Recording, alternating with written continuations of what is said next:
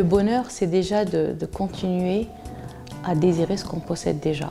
De par mon évolution, bon, moi j'ai démarré au bas de l'échelle et on m'a toujours dit si tu n'es pas la fille de un tel, tu ne vas pas y arriver. Et quand je bossais tout le temps, on me disait tu vas voir, un jour tu vas t'arrêter parce que tu vas te rendre compte que l'entreprise n'a pas de cœur, que ça ne vaut pas le coup. Et en fait, c'est pas vrai, parce que pas vrai du tout, c'est que à force de travailler, d'être persévérante, d'être curieuse, d'être passionnée, j'ai jamais regretté mon investissement, même dans les moments les plus durs. Je suis quelqu'un de très combative, alors qu'initialement, je suis une personne très timide. Et finalement, la vie j'ai découvert avec tous les coups qu'on se prend, forcément, c'est que je suis très endurante. Ce que la vie m'a appris sur les autres, c'est que quand on accepte l'autre avec tout ce qu'il a, tout ce qu'il porte, et qu'on comprend que chacun réagit en fonction de son histoire, en fonction de son éducation, forcément on devient plus tolérant. La société marocaine, c'est une société à plusieurs vitesses. Quand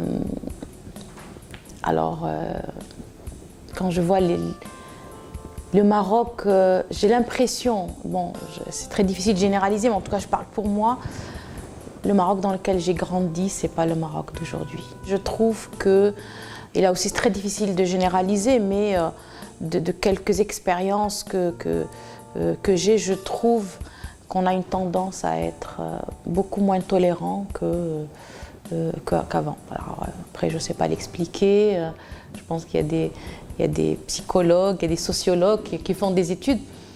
Mais vraiment, je vois, c'est pas le même Maroc. L'amour, plus on en donne, plus on en reçoit. Surtout quand on en donne sans rien attendre. Pour moi, l'argent, c'est juste un moyen pour vivre d'une certaine manière qu'on a déjà prédéfinie. L'argent implique chez moi beaucoup de distance, c'est-à-dire que je mets beaucoup de distance entre le matériel et moi-même. Je suis dans un métier d'argent. Comme je leur dis, on est les grossistes de l'argent.